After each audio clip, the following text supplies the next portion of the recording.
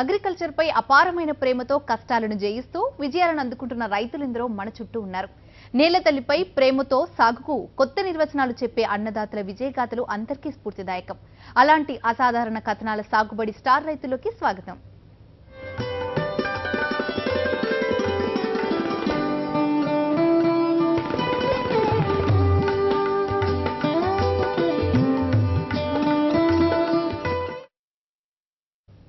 వ్యవసాయంలో ఎన్నెన్నో కష్ట నష్టాలను చూసిన రైతులు వారు.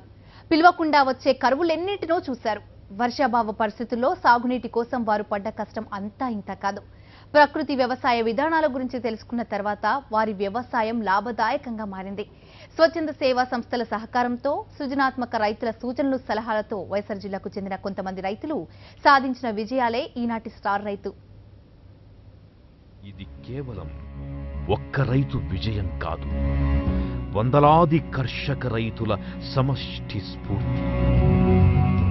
కరువు కరాళ నృత్యం చేస్తోన్న గడప గడపల్లో, నెర్రెలు చాచిన నేలల్లో, బక్క రైతుల జీవితాల్లో పున్నమి వెన్నెల్లు కురిపిస్తున్న సామూహిక స్వప్నమిది. ఏది నీది కాదు, నాది కాదు, మనవే అన్న భావన ఒంటెద్దుపై అరకను దున్నే రైతుకు ఓ గొప్ప భరోసా. సేద్యం పోరాటమైనప్పుడు మనకు సంఘీభావం తెలిపేవాడే అసలైన మిత్రుడు. ఈయన పేరు విజయ్ కుమార్. ఇతను ఒక వ్యక్తి కాదు, ఒక ఉద్యమం.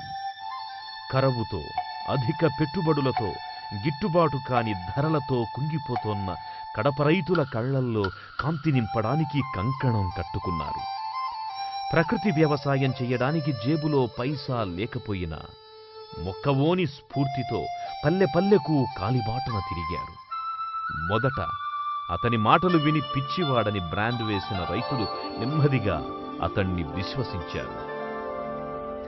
ప్రకృతి వ్యవసాయం బాటలో తమ పల్లెలను ఆకుపచ్చని ప్రపంచాలుగా మార్చుకున్నారు. తొలకరి జల్లు జీవమురా, మొలకల పంటకు ప్రాణమురా. తొలకరి జల్లు జీవమురా, మొలకల పంటకు ప్రాణమురా. ఆహ్వానలు బాగా కురవాలంటే వనములు మనము పెంచాలి. వానలు బాగా కురవాలంటే వనములు మనము పెంచాలి. మట్టిలో దాగిన ఏర్లన్నీ చెట్టుకు నీరును ఇస్తాయి. మట్టిలో దాగిన వేర్లన్నీ చెట్టుకు నీళ్లను ఇస్తాయి. ఆ చెట్టులు చేరిన నీరంతా ఆకులలోనికి పోతుంది. చెట్టులలోనికి నీరంతా ఆకులలోనికి పోతుంది. అదుగదుగో అల్లదుగో ఆ ఆకుల వైపు చూడండి. అదిగదిగో అల్లదిగో ఆ ఆకుల వైపు చూడండి. నీటిని విడిచే రంధ్రాలెన్నో వాటిలో దాగి ఉన్నాయి. నీటిని విడిచే రంధ్రాలన్నీ వాటిలో దాగి ఉన్నాయి. తొలకరి జల్లు జీవమురా, మొలకల పంటకు ప్రాణమురా. తొలకరి జల్లు జీవమురా, మొలకల పంటకు ప్రాణమురా. వానలు బాగా కురవాలంటే వనములు మనము పెంచాలి. సమష్టి సేద్యం సమష్టి చైతన్యమైనప్పుడు జీవితం పనిపాటల గానలహరి అవుతుంది. ఈ ఆకుపచ్చని గీతం ఇవాళ కడప జిల్లాలో 3 మండలాలు, 35 గ్రామాలు, 100 మంది రైతులు, 500 ఎకరాల్లో చేస్తోన్న సహకార సేద్యమై వెల్లి విరిసింది. వ్యవసాయం పచ్చగా ఉండాలంటే ఇంట్లో కోడి పాడి ఉండాలని, పొలంలో గట్టు మీద చెట్టుండాలని విజయ్ కుమార్ బలంగా విశ్వసిస్తారు. చెట్లుంటేనే మంచి వర్షం, మంచి వర్షం వస్తేనే మంచి పంటలు పండుతాయి అంటారు. ఈ రాయలసీమ పేరెత్తితేనే కరువు కరువు కరువు అనేది ఎందుకు కరువు వచ్చిండదని మనం రైతుల వారిగా ఒకసారి ఆలోచన చేయాలి. ప్రతి మనిషి కూడా పండ్ల తోటతో పాటు ప్రతి చేనుగట్టున పచ్చని చెట్టుతో పాటు ఆకులు, ఎరువులు అందించే చెట్లను విరివిగా సాకాల. ఇప్పుడైతే చాలా ఎడారిని తలపిస్తుంది. వర్షాలు సకాలంలో రాలేదంటే మొదట కారణము రైతు గమనించాల్సి ఉంది పచ్చని చెట్లు లేకపోవడమే. ఈ పచ్చని చెట్లు మనము తిరిగి పునరుద్ధరించాలి. దానికి ప్రతి రైతు తన వంతు కృషి చేయాలని విఆర్డిఎస్ అన్ని రైతులకు అన్ని గ్రామాలలో ప్రచారంతో పాటు విత్తనాలు కూడా మేము సరఫరా చేస్తున్నాం. చెట్టు ఉన్నప్పుడే మంచి వర్షం ఉన్నప్పుడే రైతుకు మంచి పంటతో పాటు మంచి దిగుబడి సస్యశ్యామలంగా ఉంటుందనేది మా ఈ విఆర్డిఎస్ నినాదం. ప్రకృతి పర్యావరణం పల్లెలను పచ్చగా నిలపడం లక్ష్యంగా విజయ్ కుమార్ ఏర్పాటు చేసిన వెన్నెల రూరల్ డెవలప్మెంట్ సొసైటీ స్ఫూర్తితో ఇక్కడి రైతులంతా కలిసి పున్నమి సేంద్రియ రైతుల పరస్పర సహాయ సహకార పరపతి సంఘాన్ని ఏర్పాటు చేసుకున్నారు. ఇతని పేరు వెంకటరమణ.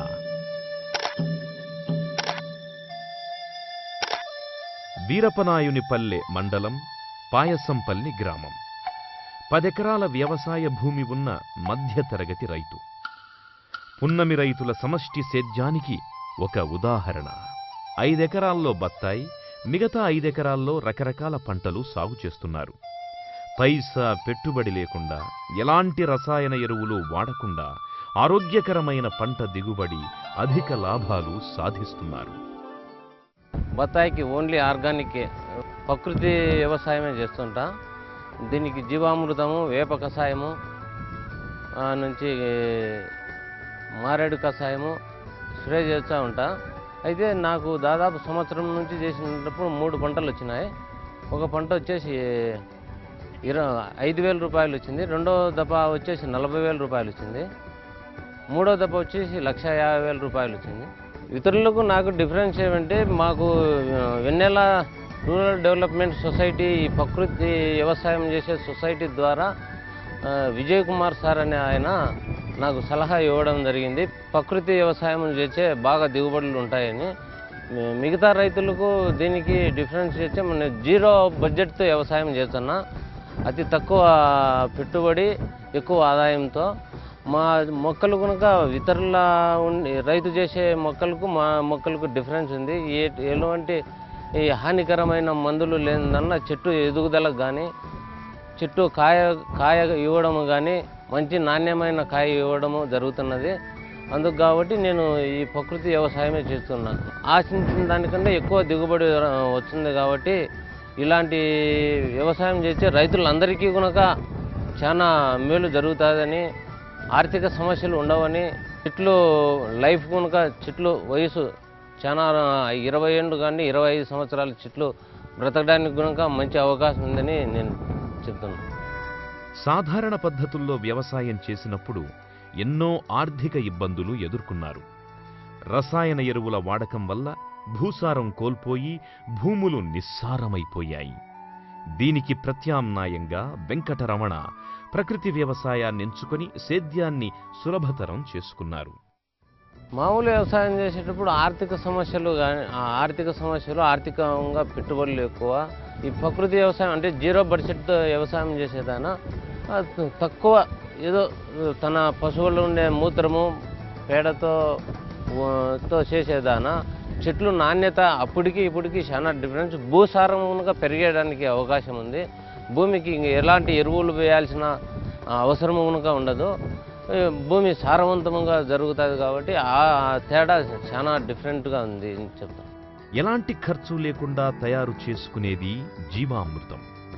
ఇది రైతుకు ఫర్టిలైజర్స్ ఖర్చును తగ్గిస్తుంది, పెట్టుబడి సమస్యను దూరం చేస్తుంది, భూసారాన్ని పెంచుతుంది, నాణ్యమైన పంట దిగుబడిని అందిస్తుంది.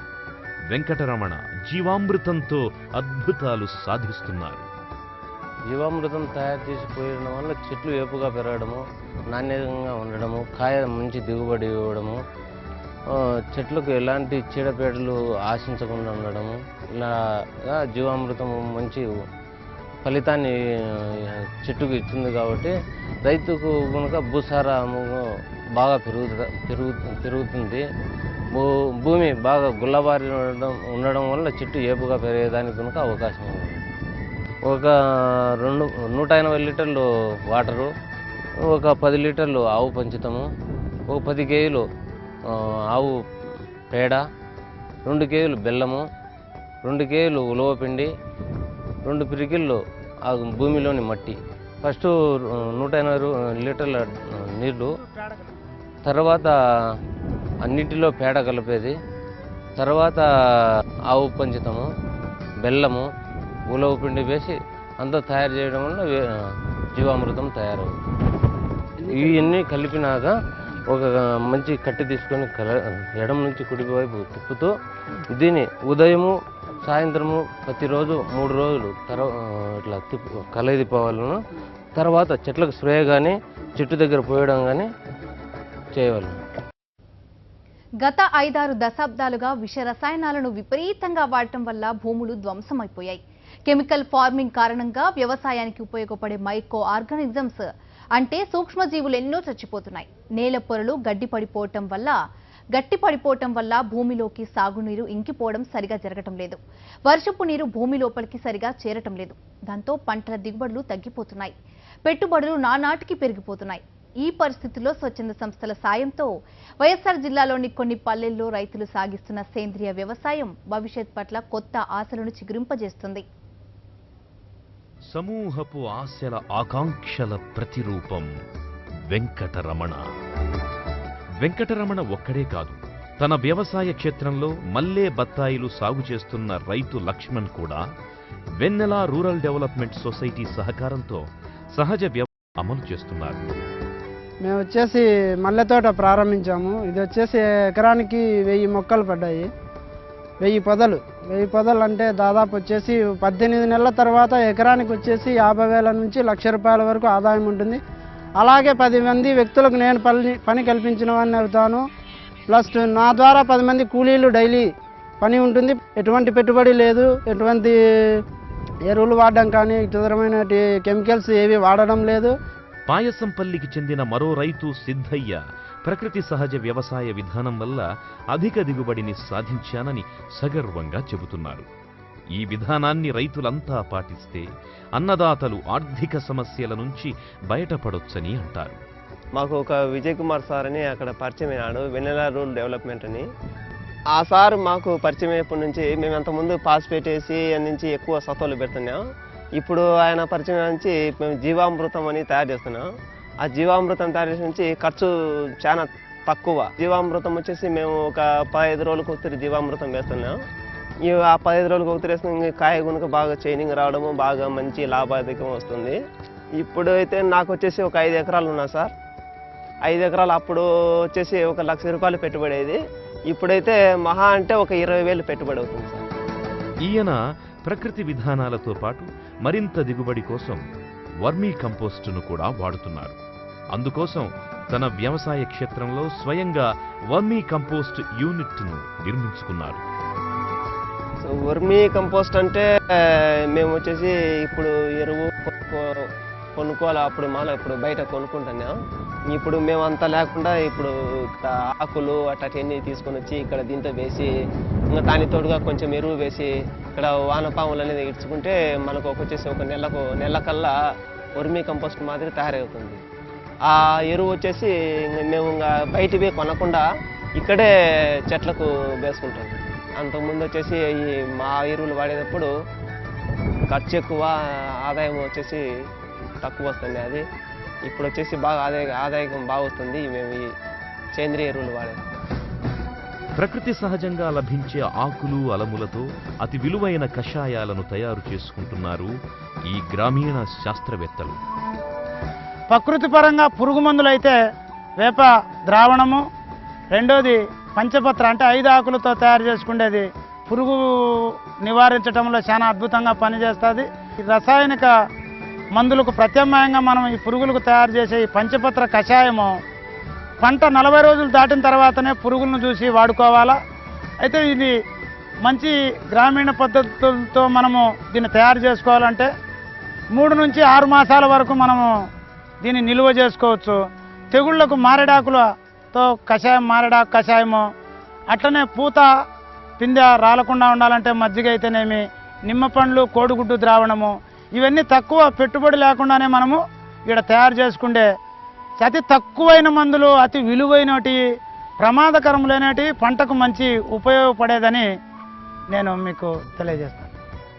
పెట్టుబడి లేకుండా సహజ వాతావరణంలో చేస్తున్న వ్యవసాయం వీరి జీవితాల్లో కొత్త వెలుగులు నింపింది, పల్లెముఖాన చిరునవ్వులు పూయించింది. రేలా రేలా రేలా రేలా రే రే రే రేలా రేలా రే రే రే రేలా రేలా రేలా రేలా రే రే రే.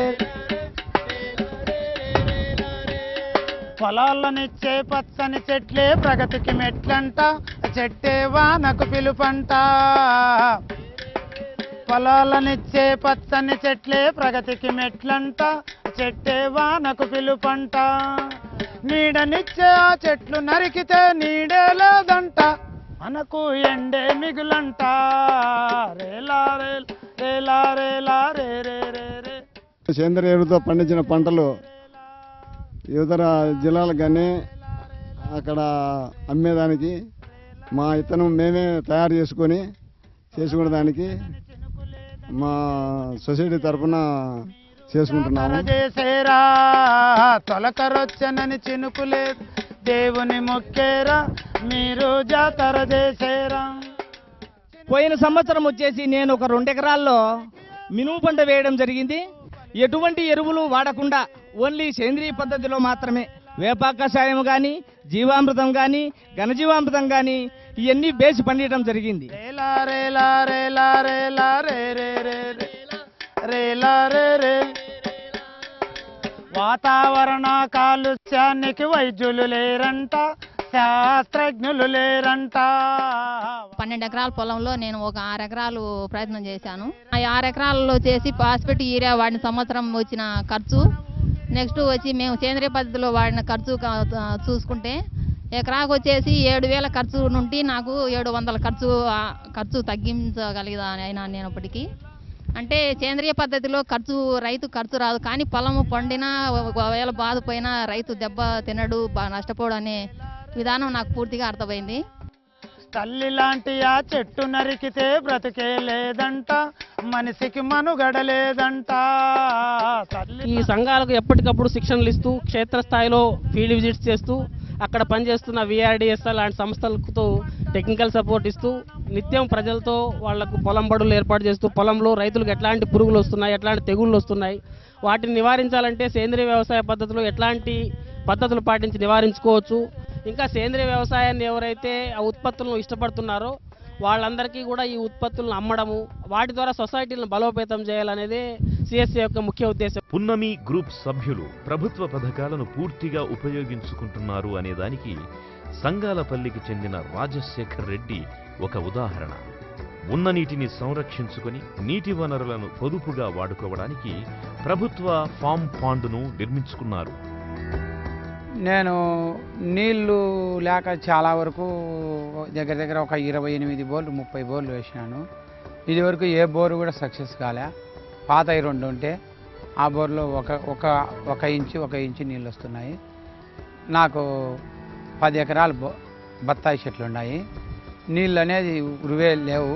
ఇది గవర్నమెంట్ సహకారంతో ఈ పాంపాండ్ అనేది ఇచ్చినారు. దీనికి ఏదో కొంచెం నీళ్లు నింపుకొని దీంట్లో నుండి ఈ బత్తాయి కాపాడుకుంటున్నాను.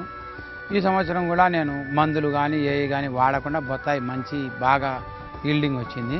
ఈ పున్నమి వాళ్ళ సలహాలు తీసుకున్నామంటే కూడా కొంతవరకు ఈ జీవామృతం ఘనజీవామృతం కూడా తయారు చేస్తున్నాను. బాగానే నాకు మంచిది అనిపిస్తుంది. పున్నమిలో నెంబర్ చేరినాలంటే చాలా వరకు బాగుంది. రైతు ఒక్కడు కాదు, రైతు ఒంటరి కాదు, రైతు ఒక సమూహానికి ప్రతీక, ఒక సమష్టి జీవనానికి ప్రతిబింబం అని నిరూపిస్తున్నారు పున్నమి సహకార సంఘ సభ్యులు.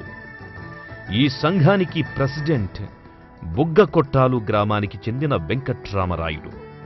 ఇతను 2 ఎకరాల అరటిని జీవామృతంతో పోదన చేస్తున్నారు. అరటిలో మొదటి ఏడాది నుంచే మంచి లాభాలు గడిస్తున్నారు. నేను 2 ఎకరాల అరటి తోట వేసినాల నుండి జీవామృతము వేసుకుంటూ వచ్చాము. మామూలుగా పురుగుల మందులకు ఆకులు ఉడకబెట్టి కషాయాలు కొడుతున్నాను. నాకు 2 ఎకరాలు కలిసి 20,000 రూపాయలు ఖర్చు వచ్చింది. 20,000 రూపాయల ఖర్చులో నాకు 1,50,000 లెక్క వచ్చింది. 1,50,000లో 20,000 పోను 1,30,000 నికర ఆదాయం వచ్చింది. పున్నమి సహకార సంఘానికి వెన్నుదన్నుగా నిలుస్తోన్న వేంపల్లె మండలం అశోక్ నగర్ గ్రామానికి చెందిన సోమే అచ్చమ్మ అనే రైతు ఎకరా వంగ తోటలో వారానికి 11,000 రూపాయలు సంపాదిస్తోంది. ప్రస్తుత తరుణంలో రైతు తనకు ప్రకృతికి వ్యతిరేక విధానాలు అవలంబిస్తున్నాడని, దానికి భిన్నంగా పూర్వకాలపు ప్రకృతి విధానాలను అనుసరిస్తే వ్యవసాయం రైతును సమస్యల నుంచి గట్టెక్కిస్తుందని అంటారు విజయ్ కుమార్. అలా అనడమే కాదు, ఆచరణాత్మకంగా నిరూపిస్తున్నారు కూడా. 100 మంది సభ్యులతో కూడిన పున్నమి సేంద్రియ రైతుల పరస్పర సహాయ సహకార పరపతి సంఘం దేశవాళీ విత్తనాలతో విత్తన బ్యాంకును కూడా ఏర్పాటు చేసింది. తమ వద్ద ఉన్న సమాచారాన్ని ఇతర రైతులకు తెలియజేయడం కోసం, పంటలకొచ్చే సమస్యలను పరిష్కరించడం కోసం మొబైల్ సర్వీసును ఏర్పాటు చేసింది. అంతేకాక పాడిలేని రైతుకు ఆవును ఉచితంగా అందించేందుకు గోదాన కార్యక్రమాన్ని ఏర్పాటు చేసింది. ఆదర్శవంతంగా చేసే రైతుకు లేదా దండిగా తోటలు నిత్యము పంటలు పెట్టే రైతుకు ఒక ఆవు చొప్పున దానం చేయమని అడుగుతాం. ఒక ఆవు పేరు సావిత్రి, ఒక ఆవు పేరు చామంతి, గంగా భవాని, పార్వతి అనే పేర్లతో వీళ్ళు ఈ ఆవును సంరక్షించుకుంటూ ఈ ఆవులు మూత్రాన్ని, ఆవు పేడను జీవామృతంలోనూ, పంటల ఎరువుగాను, పంటల కషాయాలు, పురుగు మందులకు ఉపయోగించుకుంటూ ఈ సంరక్షిస్తున్నారు. అయితే ఈ ఆవులు మొదట పుట్టిన దూడ తిరిగి ఆదర్శవంతమైన రైతులకు ఇచ్చేదానికి ఒక ఉడంబడికగా మేము మాట్లాడుకున్నాము. Hyderabad based NGO centre for sustainable agriculture, Vijay Kumar నేతృత్వంలోని వెన్నెల రూరల్ డెవలప్మెంట్ సంస్థల సహకారంతో పున్నమి గ్రూప్ అంధకారంలో ఉన్న రైతు ఆశలపై పున్నమి వెన్నెల్లు కురిపిస్తోంది. రక్త సంబంధం లేని ఈ భూమిపుత్రులందరూ సేద్య సంబంధాలతో ఈ భూతల్లిని తమ స్వేదంతో అభిషేకిస్తున్నారు, ఇంద్రధనుస్సుల వర్ణాలతో అలంకరిస్తున్నారు.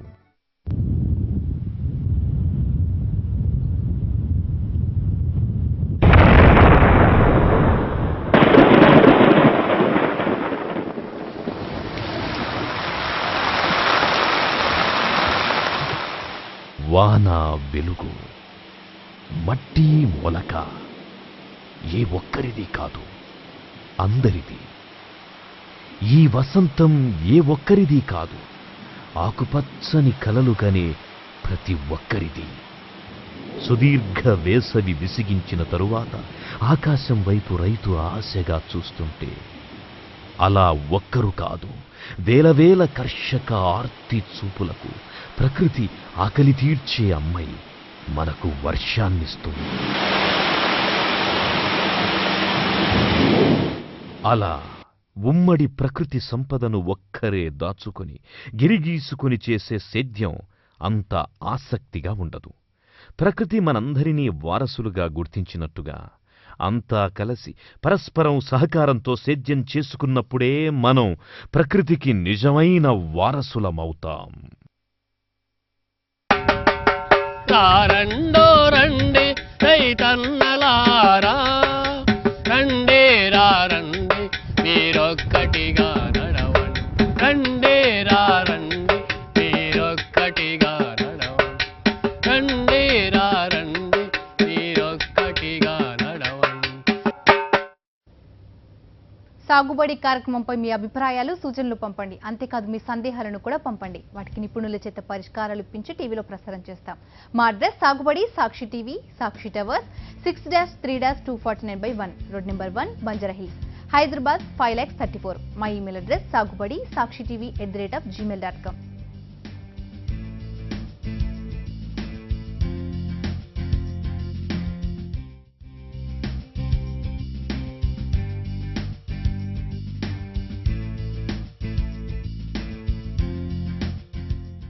ఇప్పుడు షార్ట్ బ్రేక్ తీసుకుందాం. బ్రేక్ తర్వాత అప్డేట్స్ కొనసాగుతూనే ఉంటాయి. Stay with us.